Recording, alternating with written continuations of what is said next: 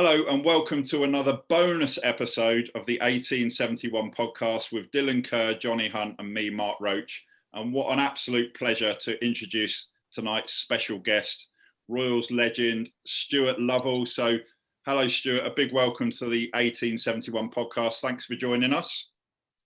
Mark, thank you very much for the invite, and obviously great to speak to you and Dylan and Johnny. To reminisce. I've no idea what's on the agenda, but I dare say there'll be some really good ones, some probably a few painful ones, and we'll make the best of it. It's nice to chat about what was a huge part of my career. Well, I can guarantee there'll be at least one of each. But anyway, before we speak to Stuart, a quick mention for Andy Yeardom, who's another Royals player who's got a chance now to play at the World Cup after Ghana qualified, and obviously the big game at Barnsley is getting closer. Only 2 days to go now. And Stuart, it's fair to say that you were involved in some very big games in your time at Reading. So we're going to ask you, as we just said, your memories of some of those. But let me start with a very, very belated congratulations to you, as you recently joined me, Dylan and Johnny in the 50s club, even though you still look about 35, although your hair's a bit different, the colour's a bit different. But and you're I only just found out a couple of hours ago, you're only 2 days older than Johnny, but a few years younger than me and Dylan. So we're a bit ahead of you. Did you do anything special for your big 5-0?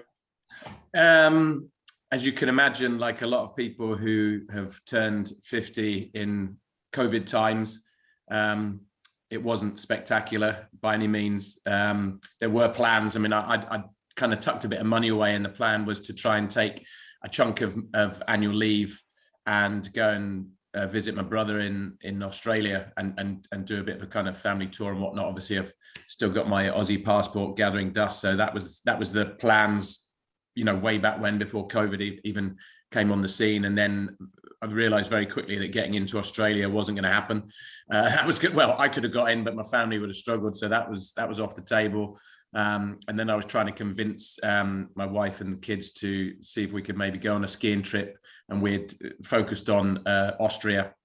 So that was kind of like front and center.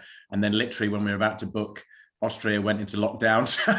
So we basically just sacked it. And yeah, I got a few presents, a few cards and whatnot. My wife's got me a lovely present. We're going to a Michelin star restaurant actually in a couple of weeks' time. So I've had to wait 3 months for my main 50th birthday present. So it's still to come, which is the good news. Oh, there you go. Well, it wasn't too inappropriate to wait all this time to wish you happy 50th birthday. And you mentioned your brother. I know your brother very well out in Australia. And I talked to him. I said, "Oh, we're doing a greatest 11 from the last 50 years." And he said, "Oh, well, Stuart won't get in because he wasn't even the best player in the family." I think you'd probably have something to say about that. But anyway, now I remember obviously my dad. I think I'm right in saying, and you'll have to remind me, he was never officially your agent, was he? But I think he helped you with a few things from what I can remember, didn't he? Is that right? Yeah, that's right. I mean, obviously you and I have spoken and about your dad sadly passing away very recently, and huge condolences to you and the family for that. That your dad was one of the first, what I would class as super agents back in the day. We didn't have such a thing back then, but he was representing some serious big guns, and I think Dylan will probably be able to concur with this, that we were kind of largely left to our own devices back in the 90s to kind of fight your own corner, and some were better than others. I ended up kind of trying to speak to some of the senior players, that I shared a dressing room with, and then people like your dad, just to kind of pick their brain. And no footballer ever wants to undersell themselves, and yet we frequently do. And I would include myself in that at different points in my career. Your brother would agree as well, obviously. It's a difficult thing to handle, because as a footballer, your whole kind of default is to be hopefully a good team player, part of a squad, it's all about the camaraderie and what you can contribute to the group, and everything revolves around the team comes first and all this type of thing. So you're fed that from a very young age. And then of course, when it comes to negotiate, you haven't got anyone with you. You don't get your teammates to come in and argue the case. You kind of, left to try and do it yourself. And I'm not surprised that agents become such a huge part of the game, because for years and years and years, the clubs had the upper hand. A lot of people would maybe argue it's gone too far the other way now, but I would always prefer, players to be on the front foot and in the driving seat than the clubs. Let's go back to, and then Dylan, I know already wants to come in, and then Johnny's always very patient. He waits, picks his moment, and then he comes in with a killer question. So anyway, that's to come. But I've just got one question to start with. Let's go back to the beginning of your time at Reading, and I think I've got this right. Please correct me if I have got anything wrong. I think I'm right in saying you came through the youth ranks at Reading before making your debut in 1990 as an 18-year-old. And that's right. I believe you made a total of more than 260 appearances, scored 67 goals. Go back to those days before you turned pro. What was that like? What were those early days like for you? Well, Reading was one of the first clubs, certainly to my knowledge, that had a centre of excellence in inverted commas. So even though Reading was when I was at primary school and then secondary school in the area, Reading was either a fourth tier team, what we used to call it Division 4, equivalent to League 2 now, or a third tier team. So it wasn't until I was at the latter part of my kind of school years, secondary school, that Reading actually managed to get promoted up into the second tier. But they were very much ahead of their time as a club in terms of having a centre of excellence. So I was introduced to the phenomenal coach that is Bobby Williams, who kind of took me under his wing from the age of 11 or 12. I seem to recall, I was first year at Chiltern Edge back then. So turning up and playing on the concrete kind of car park area up by Royals Rendezvous. And we would go and train there twice a week. And my mum, who had no interest in football whatsoever, and kind of did her bit just to kind of drop me off and let me crack on and play football. And my mum and dad separated when I was quite young, but my dad was very much kind of fighting my corner, and there were lots of clubs that contacted the family to kind of get me to go and train with them. But I was quite happy just to kind of stick with my local club, mainly because my mum wasn't really prepared to travel any great distance to give me a shot with any of the other clubs that had kind of inquired. So I was able to train obviously all the way through until I turned 14, and that was the youngest age at that time that any player could officially sign with a club on associate schoolboy forms. So on my 14th birthday, I was offered associate schoolboy forms with Reading, which I obviously jumped at the chance. And then it was effectively just a countdown for the next 2 years until I got to 16 and could leave school after after 5 years at Chiltern Edge. And I was, to be honest, literally, it was like I was counting down the days for the last 2 years to think, when can I get rid of this school nonsense to go and, become a superstar? That was the plan. And like everyone who left school to become an apprentice, and it was the YTS scheme back then, I was just champing at the bit just to become a full-time footballer. Little did I know that there was still a long, long way to go. But that was the pathway for me: schoolboy to apprentice, and then apprentice, obviously, to pro at 18. Go on then, Dylan. I'll let you jump in now. I know you're keen to ask your old mates some questions. Well, I haven't seen him since I left Scotland in 2009, and I haven't even able to find out how I could get in touch with him. So I'm honoured. I'm speaking to Archie. I mean, I don't call him Archie. I always used to call him Nugget. I don't know where that kid, he drove his bright orange MG down in the Coombe Park, parked it next to my yellow Golf GTI. I don't know. Have you still got that MG? The MG stayed alive. It never went to car heaven. I actually sold it to a mate of mine from school who was a whiz with cars, and he made me a derisory offer. And because I hadn't looked after the car as well as I should have done, I punted it to him for about £1,000.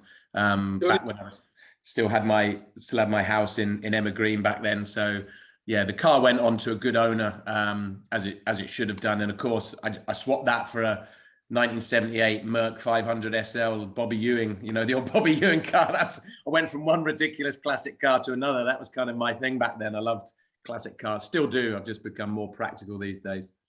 Yeah, it was like, obviously, actually, we've had a good couple of chinwags, and especially with our other podcast that we did, but more with this Reading one. It's great, but I'm fed up of saying how well we were, what a family we were, what a collective of people that loved each other, respected each other. Sometimes didn't get along with each other, but we always seemed to make it work on the training field and on and in games. I mean, from your perspective, obviously before I came, but when I joined the club, I didn't know anybody in Reading, but I became, part of a group of players that would die for each other. Yeah, we had a great group back then, Dill. I mean, the recruitment by Mark McGee and Colin Lee was terrific. They had a really good eye for a player. And it was funny, Mark McGee was brilliant with me because he used to kind of tell me about when he was signing a player, and he actually mentioned yourself, and he said, wait till you see this left back that I've signed. You're going to love him. Like just a wand of a left foot and this delivery and all this type of stuff. And it was funny because he wasn't signing him for me. He was signing him for the club and for the group. But, he said the same thing when he was signing Darius Dovcek. And then he said the same thing when he signed Simon Osborne. And he was always, you wait till you see this guy. You're going to be able to peel off the centre back and he's going to be able to drop balls on a sixpence. And then, he would mention that with Darius and then with Ozzy. And, yeah, I mean, it was a terrific group, and I think we had a very good blend. We had some good senior players, terrific senior players. When you look back on it, you don't get to choose your teammates, but you do find long after you finish playing, you look back and think, oh, how lucky was I to kind of be part of that group. And I obviously was at Reading for 10 years as an apprentice and a professional. And even longer than that, when you count the schoolboy years and the centre of excellence. So from 12 until 26. So it's funny, up here, I obviously still live in Edinburgh now, and people ask me about my career, and their general interest is the clubs that I played for in Scotland. But I'm very quick to kind of remind them that way more than half my career was spent at one club. And as much as they're interested in, are you a Hibs fan, or are you a Livingston fan, or are you this or that? I was like, not really. I mean, I was brought up as a Liverpool fan. Well, not so much brought up, but I chose Liverpool because my brother was a Man United fan. So obviously, you know what I'm like with my brother. If he's going one way, I'm going the opposite. So he was a Man United fan. I was a Liverpool fan, and Liverpool were always my team.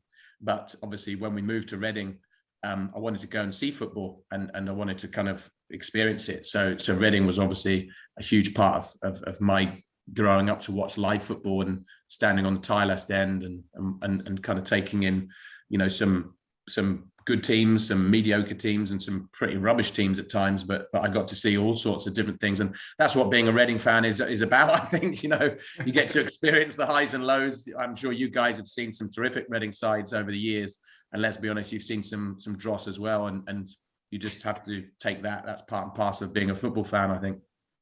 Yeah, but actually, I mean, we had different characters. We had different characters of, for you, I mean, what, you were 22 years old and you came driving down Coombe Park with an MG, bought a brand new GTI. I think Ozzy had got a nice BMW. Shaka, James Lambert, Barkus, Lee Barkus, Bassey, all these characters in that dressing room.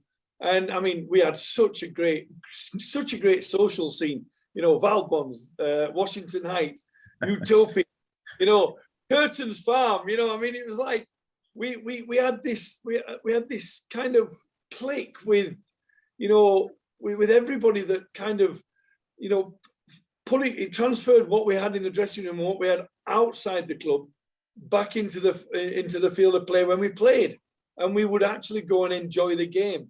And I think there was only one fight I ever saw was when Quinny volleyed Scotty Taylor, for nutmegging, snapping.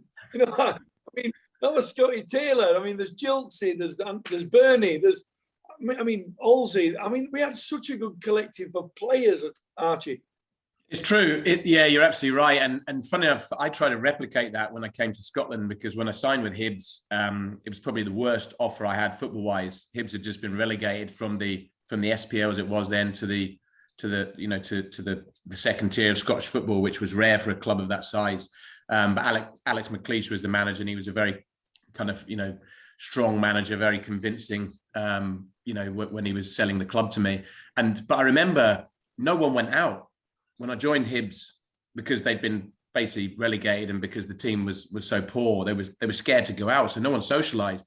And gradually, when I got to know the players, I said to Alex McLeish, "Would you have any objections if the boys socialise?" Because I said I've experienced this myself with Reading, that when you get guys who kind of go out together and socialise together, you create this bond that you have a laugh and a joke on a night out, and you have a few drinks. And I said, work hard, play hard. I said I've kind of been brought up on that. He was very much the same. So he was like, on you go, just do what you need to do. And we had, again, some big characters when I joined Hibs, and that was the social scene that we tried to replicate, because there was a sense of I remember, back in the day when we were at Reading, your week was like clockwork. You played on Saturdays. There was no Friday football, Sunday football. It was like playing every Saturday, off Sunday, in Monday, double session Tuesday, and then go and do what you need to do, and we'd obviously, go out and hit wherever we were going, good proper night out, really good kick of the ball, and then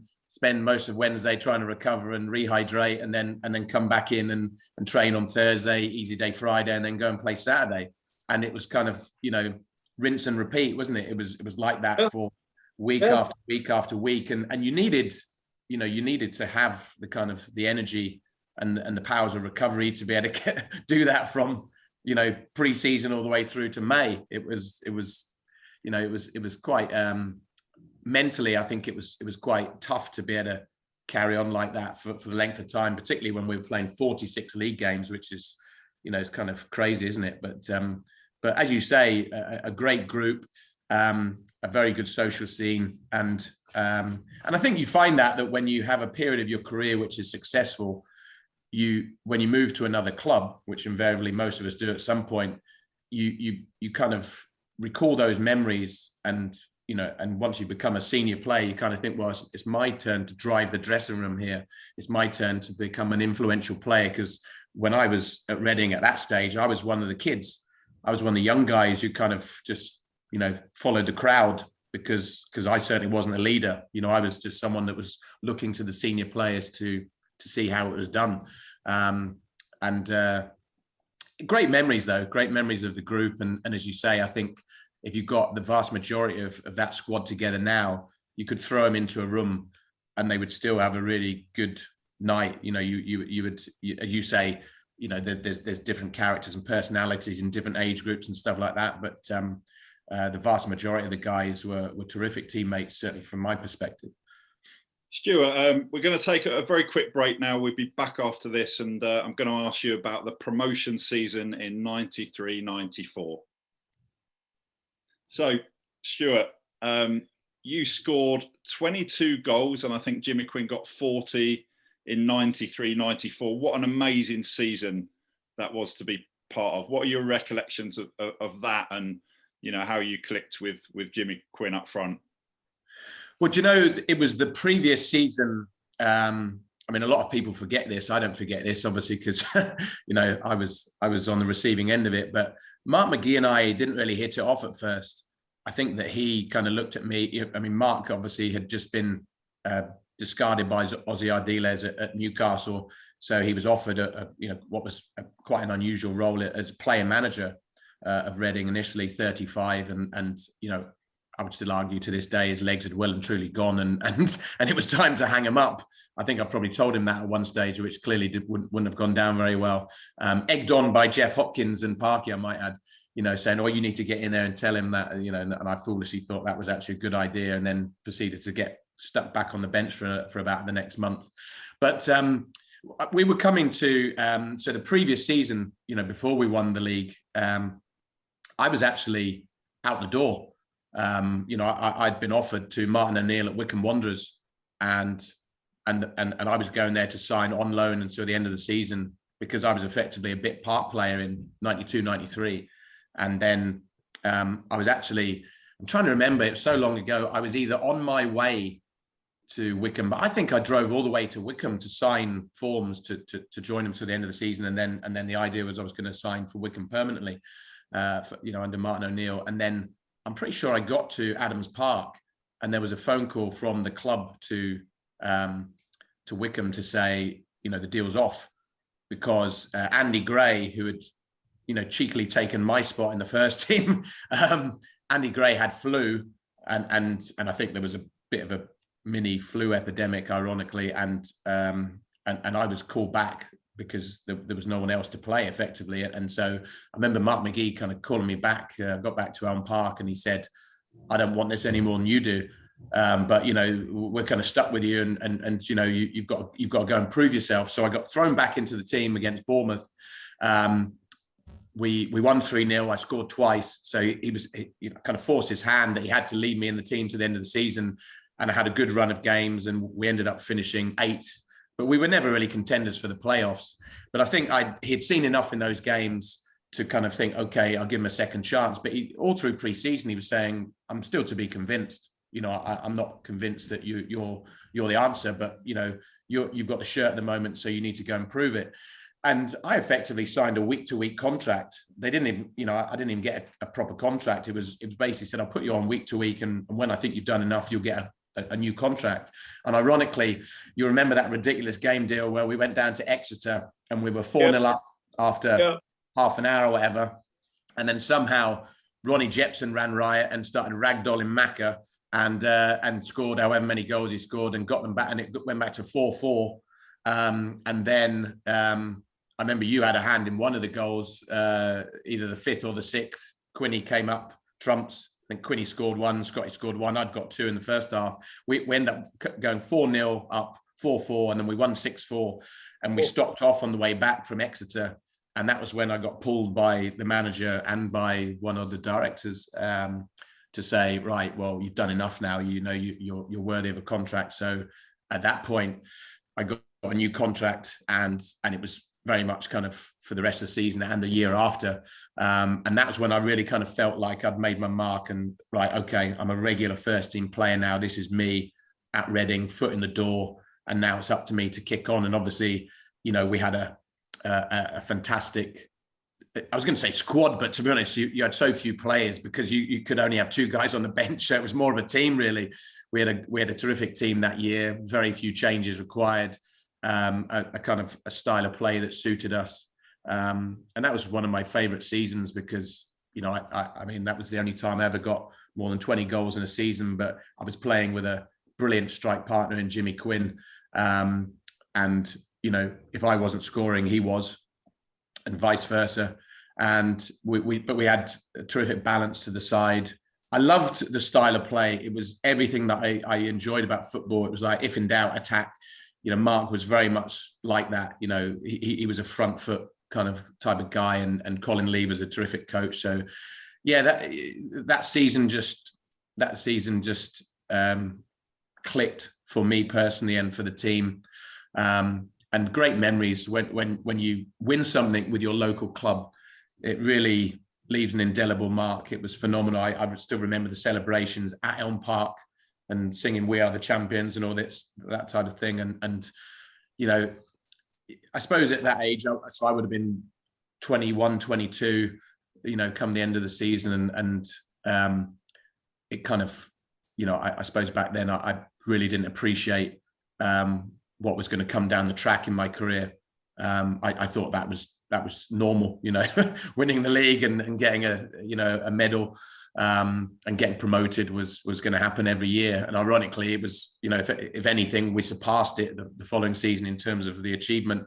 But, I found out 2 or 3 years down the line that there would be bumps in the road, and that it wasn't all a fairy tale. So Stuart, got to ask you, let's get this one done. So the following season, obviously brilliant season, finished second. The restructure meant that you went into the playoffs. And just really, do you still have nightmares about the penalty in the playoff final? Oh, I mean, it was obviously it was a very difficult moment for me personally, because you feel that responsibility, you know, first and foremost to your teammates, and you know, and I took that. I mean, that hit me hard, because I'm not really one for kind of trying to pass the buck. You know, I spoke to AD about this a while ago, and it was funny because he said to me, "This is the first time we've ever spoken about this, you know, since it happened in 1995." But yeah, it was an incredibly difficult moment to process as an individual. So I remember kind of you know, getting back to we had a reception in Caversham, and my brother and my dad were waiting there, and my dad was he was always a bit of a softie, you know, quite an emotional guy, and he kind of got the old wobbly lip, which kind of set me off. I was like, oh God, you know. And then you just kind of try and steel yourself to say, okay, well, it'll be okay, it'll be fine next season. But if I'm honest, I kind of knew what was coming, you know, because we had players, you know, like Xhaka, for example, that you knew Xhaka was going to get snapped up. Ozzy was only with us for one season, Simon Osborne, and he had played so well that and because of his age, you kind of thought, well, you know, someone's going to grab him, and we were looking at AD and Gilksy and, you know, Scotty Taylor and, you know, myself, to be honest. You know, I think I was probably an asset at that stage because my age, and Dylan had a phenomenal season. You were just kind of looking at it thinking, what's going to happen here? You know, but there were probably opportunities for me if I wanted to force a move that I could have moved, but I felt such guilt and responsibility for what happened at Wembley that and also I had such an ego at the time that I was convinced that I would fix it myself. I just thought, well, I'm obviously one of the top guys here, and I'll just score a barrel load of goals, and I'll just get promoted next season. And you know, it was a million miles away from that. The following season, for me personally and for the team, you know, we just, you know, we lost some great players, and the kind of feel good factor was never the same again. You know, for all the time that I remained at Reading. So that was, yeah, it was a really, really difficult moment. As I said to AD, you've got to own it. You've got to accept the fact that you know, don't try and point the finger of blame. It was really interesting. I was listening to some of the comments that Xhaka made the other day, and he was talking about how, as a young keeper, he felt that he would have, you know, if that had happened several years down the line, he felt that he would have stopped the equaliser.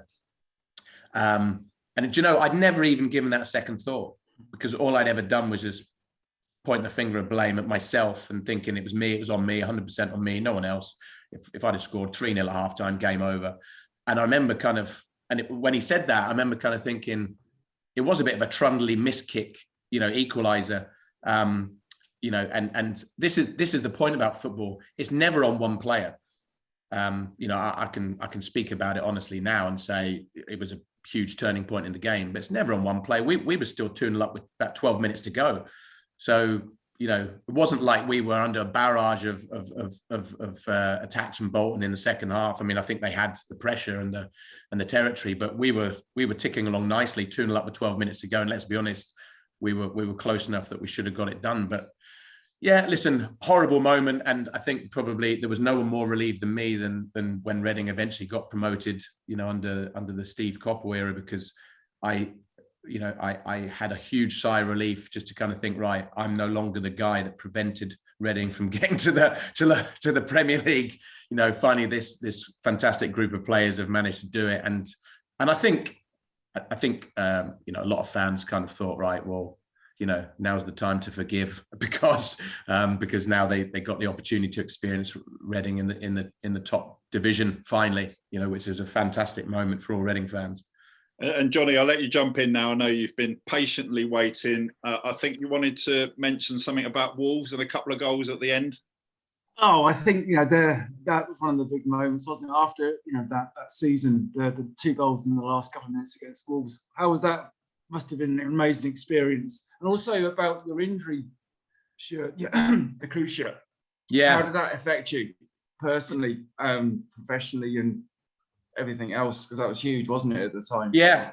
I mean, you're talking about an enormous high, albeit one game, but Yeah, I've a few memories from that game. I mean, you know, I when I bump into Reading fans, and I actually bumped into a Reading fan, you know, not that long ago, randomly, and he was talking about that game and just saying that was his favourite memory as a Reading fan from watching Reading at Elm Park, and saying, "Oh God, you know, we so wanted to beat Mark McGee because we kind of felt like he walked out on us." And you know, so I remember popping up with. I mean, you don't get many situations where you score 93rd, 97th minute, so that was pretty special. They didn't.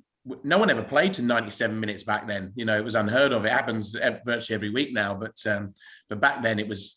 You know, it was just one of those situations, right place, right time. But I remember actually bumping into AD in the tunnel because, of course, AD was injured, but he was a Wolves player, and he just looked at me and I can't repeat the language, obviously, but he kind of had this like wry smile when he was laughing, and then every single expletive that you can imagine came out of his mouth as if to say, "You jammy, beep beep beep beep beep," you know, like this. But that was a great moment, you know. That was a, you know, just a fantastic feeling, because it was kind of like just a very small bit of payback from me to the Reading fans to, you know, to kind of, you know, get back in their good books again. I mean, it was quite a long time after Wembley. Obviously, we'd moved on, I think, to a large extent. But sadly, not long after that, probably barely a month after that, I ruptured my ACL playing in a game that, frankly, I should never have been playing. I'd actually been part of the first team playing up at Main Road. You know, I think it was either the day before or 2 days before, and then this was a punishment for the team being 2-0 up and losing 3-2, and I ended up getting sent to play away at Slough, and I mean, this is the part of football that fans never get to see up close, where a manager or two managers decide that they're going to put you into a situation where it's just designed to well, exactly. It's effectively it's designed to try and break you. It's a case of we're in charge, and no manager in their right mind would think it's right for you to play in a first team game in front of 30,000 people at Man City, and then 2 days later you're playing against Slough because they didn't think that you had a great 45 minutes or whatever it was. And I remember just thinking, if I ever go into coaching or management, I will never treat players like this. And so, listen, you know what? Over time is a great healer, and you try not to get too personal about it. But I remember when Jimmy Quinn and Mick Gooding left their positions, and I didn't have an ounce of sympathy for the two of them, because I remember feeling the treatment that I had. And Dylan, I know that you'd experienced that to a certain extent. And it's not about trying to say you're bitter and twisted and stuff like this, but I would have a beer with Geordie now and say to him, "You guys have a clue what you were doing. You managed players in a way that was deemed to be acceptable back then. Now you wouldn't even consider treating a player in the way, you know, that there was just, it was just the done thing back then. How can you you know, mentally break players where they just kind of crumble, and then what do you think is going to happen? They're going to come to you cap in hand and say, could you release me, please? But that's what it was designed to do. And I ended up rupturing my ACL, which, you know, totally changed my career path, on the basis of two guys who just kind of thought, right, we'll show him who's in charge. Never knew that. Stuart, we're at the end. We're at the end now, so just want to say a massive thank you for coming on and talking about some fantastic moments with your time at Reading, but also some, you know, painful memories, some literally, obviously. But yeah, just thanks for coming on. Really appreciate it, guys. It's been a pleasure to talk to you, and all I can say, Mark, is that you know, as I mentioned earlier on in the chat, when you've been connected to a club, you know, for 14 years, from 12 years old to 26, as you can imagine, it never leaves you. You know, it's a huge part of my life, and to get the chance to speak to the three of you about a huge part of my career is an absolute pleasure. So I thank you all for having me on. Thank you, Stuart. And just for all the Reading fans, obviously 2 days to go until the big game at Barnsley. And a reminder, we've got another episode tomorrow evening when our special guest will be Nigel Gibbs, who, of course, was assistant manager under Brian McDermott. So that's it. Thank you to Stuart. Thanks, Dylan and Johnny. Thank you for listening, and come on, you R's.